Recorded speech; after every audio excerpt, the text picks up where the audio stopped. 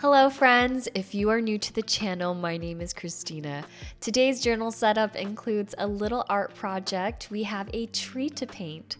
So since we have a lot to do, let's dive right in. I'm personally not that great at painting. I can draw and paint, I dabble in that a little bit, but I wouldn't consider myself an expert. So I'm always looking for easy techniques to paint things like trees. I recently found that if you take a bunch of Q-tips and tie one end with a piece of string, I actually used a hair tie, but you want the Q-tips to bunch up at one end. You don't want it to look too clumped looking. You want it to look somewhat dispersed because these Q-tips are going to be the leaves of your tree. So now that I have that done, I'm using 3 different shades of green paint. The darkest shade will be my first layer. Next, I dip my Q-tips into the paint and I start to shape the tree that I want. I want something full and luscious, so this first layer is my foundation. While I'm going in with the second lightest shade of green, you might already have noticed I've sketched out the tree trunk with a pencil. And I don't know if you'll be able to tell through the camera, but I even added details to the tree trunk like H lines to hopefully create depth later on. I even drew a tree hollow. Last but not least, I'm taking the lightest shade of green and filling in the tree to fulfill that luscious look I'm going for. I think for the tree trunk, I won't be using acrylic paint. I'll just be using markers, which I'll explain more here in a second.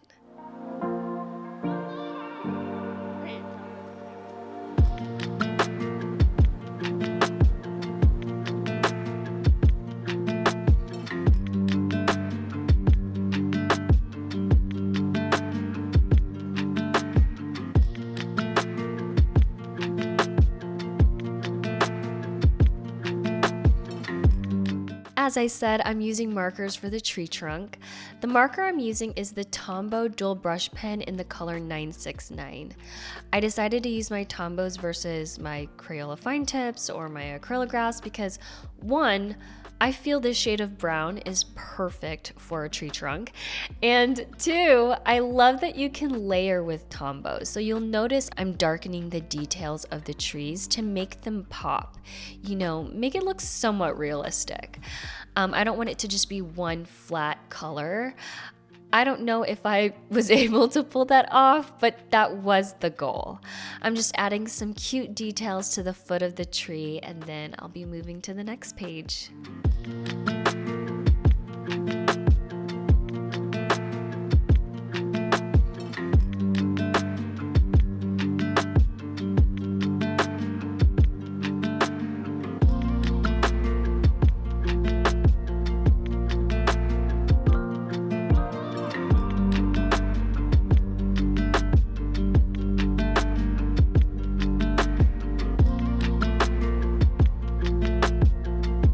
So the reason I used marker for the tree trunk is because when you use acrylic paint in your bullet journal, it tends to stick to the other page once it dries.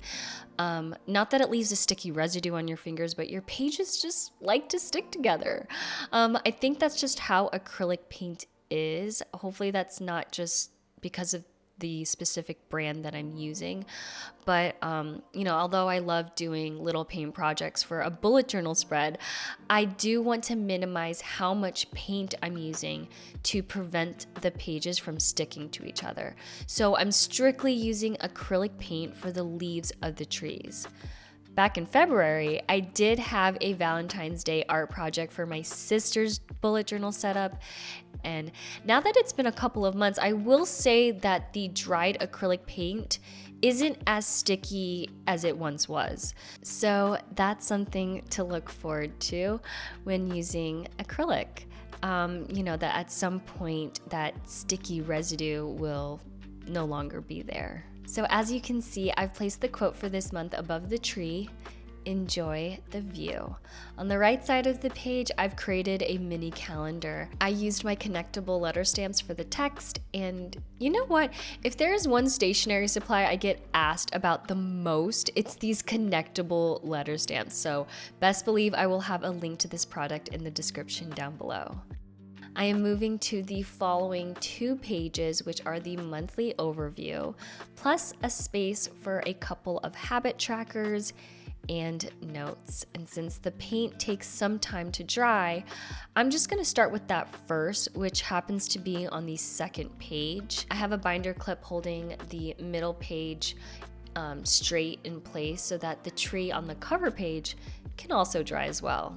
This bullet journal setup is actually for my sister's bullet journal if you are new to the channel. She's used planners in the past, specifically a passion planner, and at some point a passion planner daily. And those traditional planners never really worked for her, whereas a bullet journal made by me, her sister, made with love, really inspires her to open her bullet journal and use it. So hey, if that is the inspiration she needs, I'll keep doing it.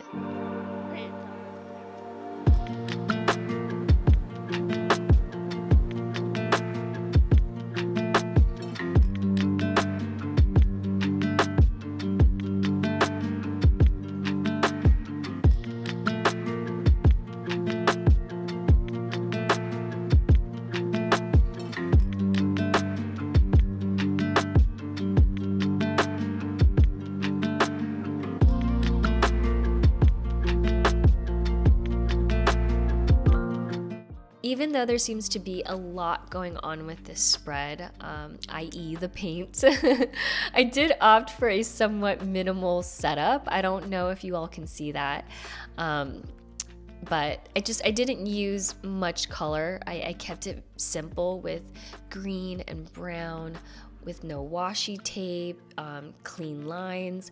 The only extra detail or design detail I added would be this simple line through most of the titles, which I think is a nice touch. You'll see this here in the title of the habit trackers. It's simple, but it's definitely a vibe.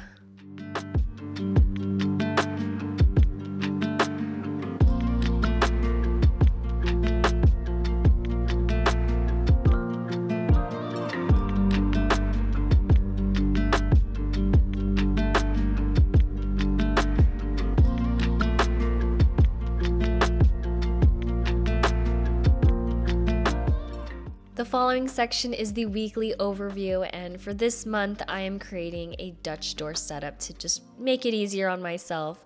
You know, sometimes when I create my sister's bullet journal setups and I only set up the first week, that means that before the next week starts, I need to find time to pick up the bullet journal from my sister's and then find time to actually create the week setup.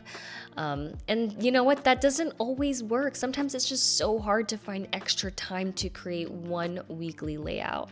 So a Dutch door setup is more straightforward.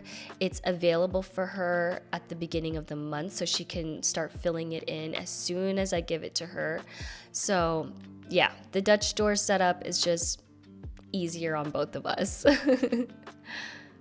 I wanted to do something different with the tree for the weekly setup, so I made it sweeping compared to the other trees that I created, which were solid, straight trees. But I don't know how I feel about this one. I don't know if I love it as much as I like the other trees. I don't know. I just feel a little indifferent about this one. I think the solid straight trees are better for this bullet journal setup. What I do think would be super fun for this bullet journal setup is changing the leaves colors. So if you decide to do this at home, you can definitely customize it to your liking. For example, pink leaves would be fun because it could look like a cherry blossom tree. You could also do brown, orange, and yellow for a more autumnal bullet journal setup. Or if you recreate this spread, you can add some fruits like, you know, lemons. Like it could be like a lemon tree bullet journal spread, or orange trees or apple trees. So this is a pretty easy and customizable bullet journal setup. So if you do decide to recreate this, please tag me.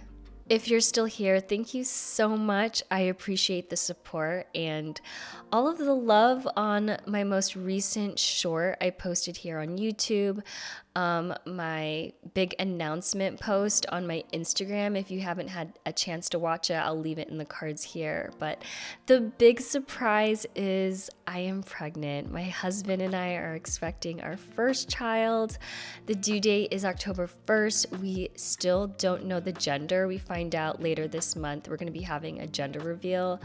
But it just feels so good to tell everyone and now be able to share the experience with you all. It's been kind of like there's been so many times in the past 5 months where things have happened because I'm pregnant and I couldn't really explain in detail what was going on with me.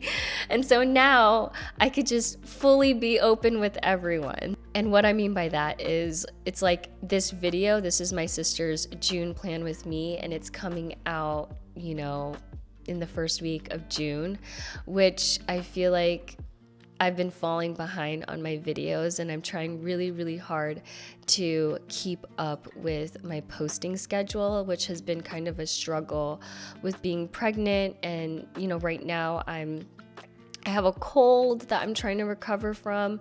So it's been quite difficult finding the motivation to really get these videos done. Thank you all for being so patient and supportive. I love you guys. I'll see you in the next one. Bye.